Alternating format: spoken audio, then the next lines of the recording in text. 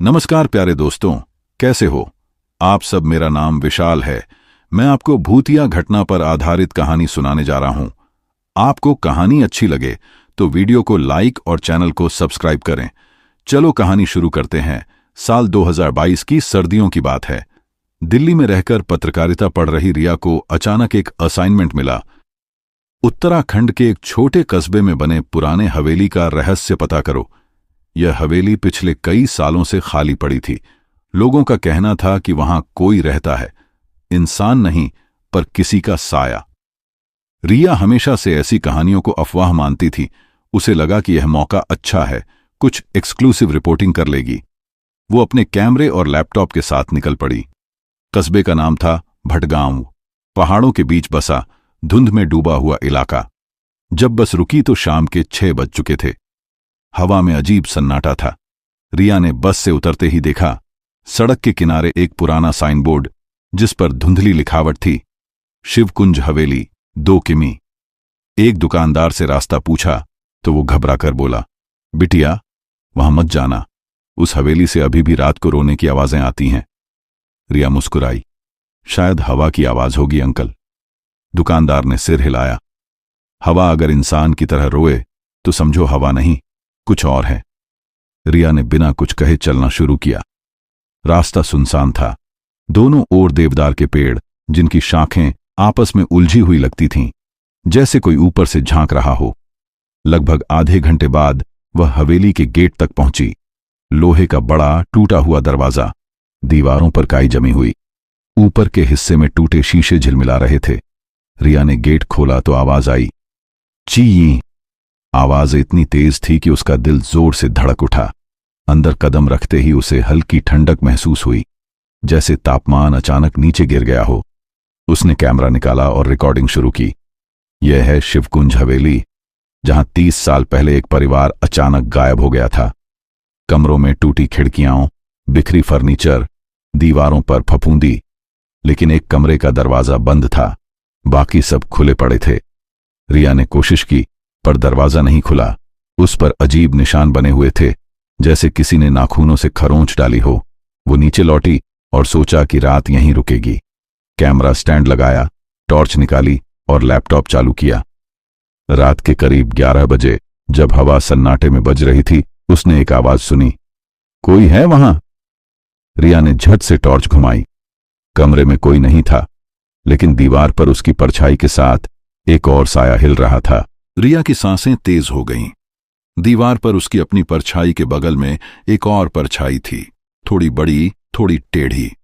वो कुछ पल तक हिली, फिर गायब हो गई। रिया ने कैमरा घुमाया, चारों तरफ देखा, पर कुछ नहीं मिला। शायद टॉर्च की रिफ्लेक्शन होगी, उसने खुद को समझाया। लेकिन अंदर से एक अजीब सी बेचैनी उठी। रिया ने लैपटॉप पर कैमरे की फुटेज चेक की। उसमें भी वही साया दिखा, बिल्कुल उसके पीछे। पर जब उसने पलट कर देखा था, तब वहां कोई नहीं था। उसने वीडियो रोक दिया और गहरी सांस ली। सिर्फ थकान है, बस थकान। वो हवेली के अंदर घूमने लगी। एक कमरे में पुराना झूला पड़ा था, जैसे किसी बच्चे का था। उस झूले पर एक फटा हुआ टेडी बियर रखा था। रिया ने उसे छुआ तो झूला अपने आप हिलने लगा, बहुत धीरे धीरे, चर्र चर्र की आवाज के साथ। उसके हाथ कांपने लगे। वो जल्दी से पीछे हटी और दरवाजा बंद कर दिया। कमरे के बाहर आते ही उसने देखा, वो बंद दरवाजा, जिस पर नाखूनों के निशान थे, अब थोड़ा खुला हुआ था। रिया ने ध्यान से देखा, दरवाजे की झिड़ी के बीच से अंधेरा अंदर तक फैला था। वो टॉर्च लेकर आगे बढ़ी। दरवाजा उसने धीरे से धक्का दिया। अंदर एक लंबा ठंडा कमरा था। बीच में एक टूटी हुई लकड़ी की मेज और दीवार पर टंगी एक पुरानी परिवार की फोटो। रिया पास गई। फोटो में 4 लोग थे, एक आदमी, एक औरत और 2 बच्चे। सब मुस्कुरा रहे थे, लेकिन उनकी आंखें अजीब तरह से धुंधली थीं, जैसे फोटो में किसी ने उनकी आंखें पोंछ दी हों। रिया ने कैमरा ऑन किया और बोली, ये वही परिवार होगा जो 30 साल पहले गायब हुआ था। तभी उसे पीछे से हल्की कदमों की आहट सुनाई दी। थक थक थक। वो पलटी, कोई नहीं था। लेकिन जब उसने फिर कैमरा स्क्रीन पर देखा तो स्क्रीन पर पीछे खड़ी एक सफेद साड़ी पहने औरत दिखाई दी। रिया चीख पड़ी और कैमरा गिरा दिया। वो मुड़कर भागी, दरवाजा बंद किया और जोर से सांस लेने लगी। टॉर्च अब झिलमिला रही थी। उसने दरवाजे की ओर देखा। अंदर से किसी ने धीरे से थपथपाया, थक थक थक, और फिर वही आवाज, कोई है वहां। रिया के पैरों के नीचे की जमीन जैसे खिसक गई। वो दरवाजे से पीछे हटी और सीधे नीचे वाले कमरे में आ गिरी। लैपटॉप अब अपने आप चालू हो चुका था। स्क्रीन पर वही फोटो दिखाई दे रही थी, लेकिन अब तस्वीर में एक 5वां चेहरा जुड़ गया था, रिया का। रिया जमीन पर गिरी पड़ी थी। उसका सिर दर्द से धड़क रहा था और सामने लैपटॉप की स्क्रीन पर वही फोटो टिमटिमा रही थी। अब उस तस्वीर में 5 लोग थे और 5वां चेहरा वही रिया का था। वो घबराकर उठी और लैपटॉप बंद करने लगी, मगर स्क्रीन फ्रीज हो चुकी थी। चेहरे धीरे धीरे हिलने लगे। फोटो में औरत का चेहरा मुस्कुरा रहा था, बच्चे हिल रहे थे और वह आदमी उसकी तरफ देख रहा था। रिया ने लैपटॉप झटके से बंद कर दिया और कमरे से बाहर भागी। बाहर आते ही हवा में अजीब सी ठंडक थी, इतनी ठंडी कि उसकी सांसें भाप बन रही थीं। वो मुख्य हॉल में पहुंची, जहां दीवार पर एक पुराना घड़ी का पेंडुलम धीरे धीरे झूल रहा था, टिक टॉक टिक टॉक। पर रिया को याद था, जब वो आई थी तब ये घड़ी टूटी हुई थी। वो टॉर्च लेकर आगे बढ़ी, तभी हवा में किसी के फुसफुसाने की आवाज आई, क्यों आई हो यहां? रिया घूमी। चारों ओर धुंध सी छा गई थी। कहीं से एक पुरानी अगरबत्ती की गंध आने लगी, पर वह बहुत बासी थी, जैसे सालों से कोई पूजा न हुई हो। अचानक दीवार के कोने में उसने कुछ लिखा देखा, हम अभी भी यहीं हैं। लहू जैसे गहरे लाल रंग में लिखा था। रिया का दिल तेजी से धड़कने लगा। उसने मोबाइल निकाला और नेटवर्क चेक किया। कोई सिग्नल नहीं। वो मुख्य गेट की ओर दौड़ी, लेकिन गेट अब बंद था, जैसे किसी ने बाहर से ताला लगा दिया हो। हेलो, कोई है बाहर? उसने चिल्लाया, लेकिन जवाब सिर्फ हवा की आवाज थी। वो थक कर दीवार से लगी और बैठ गई। तभी उसके पास जमीन पर एक पुरानी डायरी पड़ी दिखाई दी। कवर पर लिखा था, राधा शिवकुंज। रिया ने पन्ने पलटे। डायरी में लिखा था, आज भी वही चीखें सुनाई देती हैं, मेरे बच्चों की, मेरे पति की। उस रात सब खत्म हो गया। वह आग, वह चीखें, किसी ने हमें नहीं बचाया। अब हम यहां रह गए हैं, इस हवेली में, अधूरे, अधजले, अधूरे सपनों की तरह। रिया के हाथ कांपने लगे। वो और पढ़ने लगी, जो भी हमारे घर आता है उसे हम में शामिल कर लिया जाता है, ताकि हमारी आत्माएं अधूरी न रहें। अगर तुम ये पढ़ रही हो तो अब देर हो चुकी है। रिया ने डायरी गिरा दी। दीवार पर फिर वही आवाज गूंजी, अब तुम अकेली नहीं हो। वो धीरे धीरे पीछे मुड़ी और देखा, वही औरत सफेद साड़ी में उसके ठीक पीछे खड़ी थी। चेहरा जला हुआ, आंखें खाली और होंठों पर मुस्कान। हमारा घर पसंद आया? उसने पूछा। रिया के गले से आवाज नहीं निकली। उसके हाथ से टॉर्च गिर गई और कमरा पूरी तरह अंधेरे में डूब गया। अंधेरे में सिर्फ हवा की सीटी जैसी आवाज थी। रिया ने जैसे तैसे टॉर्च उठाई और उसे जलाया, लेकिन अब कमरा वैसा नहीं था। दीवारें काली पड़ चुकी थीं, जैसे हाल ही में जली हों। चारों तरफ धुआं सा फैला हुआ था। सामने खड़ी वो औरत अब धीरे धीरे धुएं में विलीन हो रही थी। उसका चेहरा पिघलता हुआ सा दिख रहा था, जैसे मोमबत्ती की लौ में कोई चेहरा पिघल जाए। उसने रिया की ओर हाथ बढ़ाया। देखो, देखो, हमने क्या सहा है। रिया पीछे हटी। जैसे ही उसने दीवार छुई, एक भयानक झटका लगा और अगले ही पल वह खुद को किसी और ही समय में खड़ा पाया। अब हवेली वैसी नहीं थी जैसी उसने देखी थी। दीवारें नई थीं, लाइटें जल रही थीं और रिया के सामने वही परिवार जिंदा खड़ा था, मां, पिता और 2 बच्चे। रिया घबराकर बोली, ये क्या हो रहा है? महिला, जो अब बिल्कुल सामान्य दिख रही थी, मुस्कुराई। तुम मेहमान हो ना, आओ बैठो। रिया ने कुछ कहना चाहा, लेकिन शब्द नहीं निकले। उसने देखा, बाहर रात थी और हवेली के पिछवाड़े में कुछ मजदूर लकड़ी और मिट्टी से कुछ बना रहे थे। वो पास गई तो देखा, वे सब तेल के डिब्बे जमा कर रहे थे। ये क्या कर रहे हैं? उसने पूछा। महिला बोली, घर का नवीनीकरण चल रहा है, कल पूजा है। लेकिन अचानक एक बच्चे की चीख सुनाई दी, मां, आग, आग लग गई। रिया ने मुड़कर देखा, पूरे कमरे में आग भड़क चुकी थी। पर्दे जलने लगे, दीवारों पर दरारें पड़ने लगीं और धुएं से सब घिर गया। रिया ने चिल्लाया, बाहर भागो, पर वो परिवार वहीं खड़ा था, बिल्कुल शांत, जैसे उन्हें कुछ फर्क न पड़ रहा हो। महिला ने बस इतना कहा, भागकर कहां जाओगी, ये तो वही रात है। रिया ने देखा, दीवारों पर लपटों के बीच वही डायरी जल रही थी। उसने उसे उठाने की कोशिश की, लेकिन जैसे ही उसने पन्ने छुए, आग की लपटें रिया के चारों ओर घूमने लगीं और हवा में वही आवाज गूंजी, हमारे साथ रहो। रिया चीखते हुए नीचे गिर पड़ी। अगले ही पल सब कुछ शांत हो गया। वो फिर उसी जले हुए कमरे में थी, हवा में राख की गंध, चारों तरफ अंधेरा, लेकिन उसके हाथ में वो डायरी अब भी थी और अब उसके आखिरी पन्ने पर नया वाक्य लिखा था, रिया आ गई है, अब हम पूरे हो गए हैं। रिया कांपती हुई पीछे हटी। नहीं नहीं, ये झूठ है।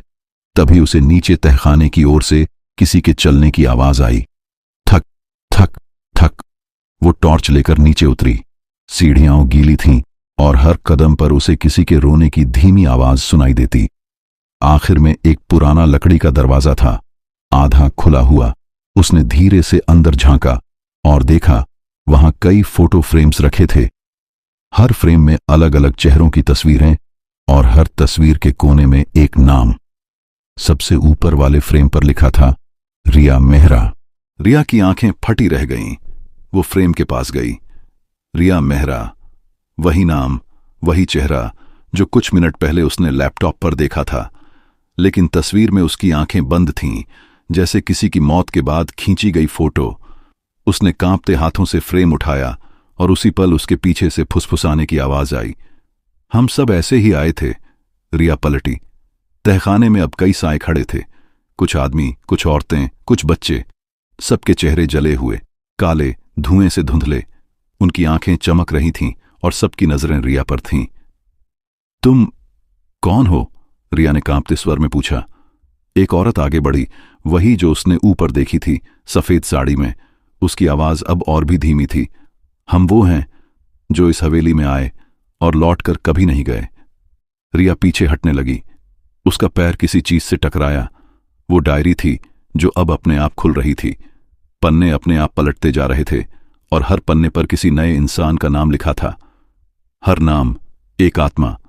औरत बोली, तुम्हारा नाम आखिरी होगा, तब यह जगह मुक्त होगी।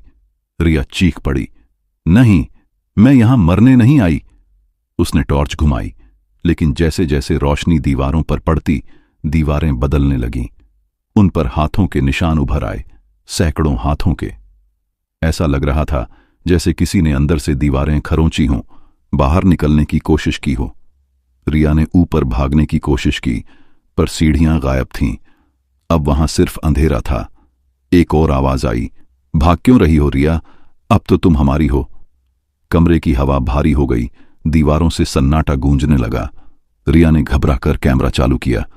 स्क्रीन पर लिखा आया, रिकॉर्डिंग स्टार्टेड।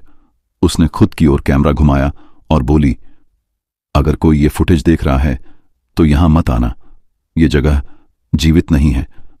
अचानक कैमरा अपने आप गिर गया और फर्श पर घूमने लगा। लेंस के सामने रिया की परछाई झलकी और उसके पीछे दर्जनों साए। फिर एक चीख, आह! सब कुछ काला पड़ गया। कुछ पल बाद कैमरा अपने आप बंद हो गया और कमरे में बस राख उड़ती रही। सुबह हुई तो हवेली के बाहर कुछ गांव वाले खड़े थे। उन्होंने देखा, गेट खुला था, दरवाजा टूटा हुआ और अंदर जमीन पर एक कैमरा पड़ा था। एक आदमी ने कैमरा उठाया। स्क्रीन पर कुछ सेकंड तक धुंधली रिकॉर्डिंग चली और फिर साफ दिखा, रिया मुस्कुरा रही थी। पीछे वही परिवार खड़ा था और सबने एक साथ कहा, हमारा घर पूरा हो गया। भटगांव के लोगों में उस सुबह सनसनी फैल गई थी।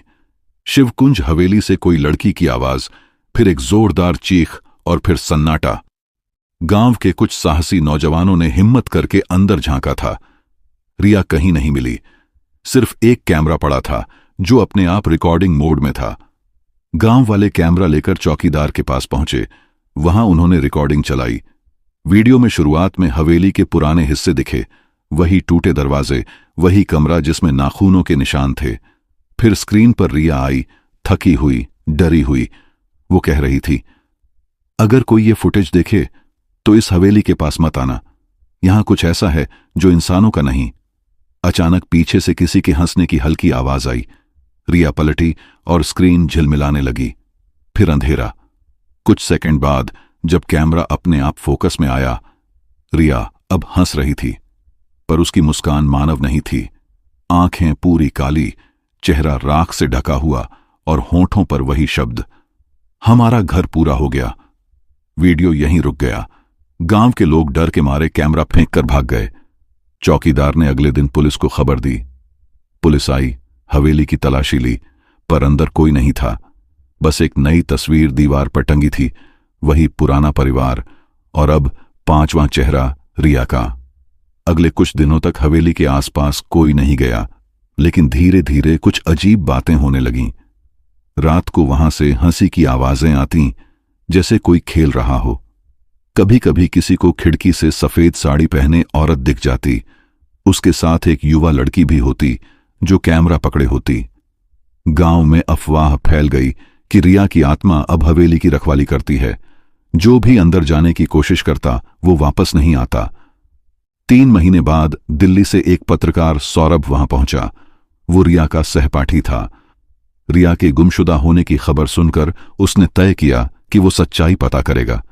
हवेली के गेट पर पहुंचते ही उसे लगा जैसे कोई उसे देख रहा हो। हवा ठंडी थी और पेड़ों की शाखें हवा में किसी रहस्य की तरह सरसराती थीं। सौरभ ने गेट खोला। छी, वही पुरानी आवाज। वो अंदर गया, कैमरा ऑन किया। ये वही हवेली है जहां रिया मेहरा आखिरी बार देखी गई थी, उसने रिकॉर्डिंग में कहा। वो अंदर बढ़ा और अचानक उसकी टॉर्च की रोशनी दीवार पर पड़ी। वहीं लगी थी रिया की फोटो, लेकिन अब उसके चेहरे पर एक अजीब मुस्कान थी और पीछे लिखा था, स्वागत है सौरभ। सौरभ का चेहरा पीला पड़ गया। उसने कैमरा नीचे किया और देखा, फर्श पर खून से लिखे शब्द चमक रहे थे, अब बारी तुम्हारी है। सौरभ के गले से आवाज नहीं निकल रही थी। फर्श पर खून से लिखा, अब बारी तुम्हारी है, उसके पैरों के नीचे जैसे हिल रहा था। कमरे में हल्की धुंध फैलने लगी थी और टॉर्च की रोशनी बार बार झिलमिला रही थी। उसने तुरंत बाहर निकलने की कोशिश की, लेकिन दरवाजा अपने आप बंद हो गया। धड़ाम! आवाज पूरे हवेली में गूंज उठी। रिया, अगर तुम यहां हो तो मैं तुम्हारी मदद करने आया हूं, सौरभ ने चिल्लाकर कहा। लेकिन जवाब में एक धीमी टूटी हुई आवाज आई, मदद? अब देर हो चुकी है। सौरभ पलटा। सीढ़ियों के ऊपर एक साया खड़ा था। वही लड़की, कैमरा हाथ में, चेहरा अधजला और आंखें पूरी काली। वो धीरे धीरे नीचे उतर रही थी। हर कदम के साथ लकड़ी की सीढ़ियां चर्र चर्र की आवाज करती। सौरभ डरते हुए पीछे हटने लगा। रिया, तुम हो? लड़की ने सिर झुकाया, फिर मुस्कुराई। हां, मैं ही हूं। मैंने सच्चाई ढूंढी थी, और अब तुम भी ढूंढोगे? सौरभ ने टॉर्च उसकी ओर की, लेकिन रोशनी उस पर पड़ते ही उसका शरीर राख में बदल गया और हवा में उड़ गया। सौरभ के सामने अब खाली सीढ़ियां थीं। वो कांपते हुए ऊपर गया।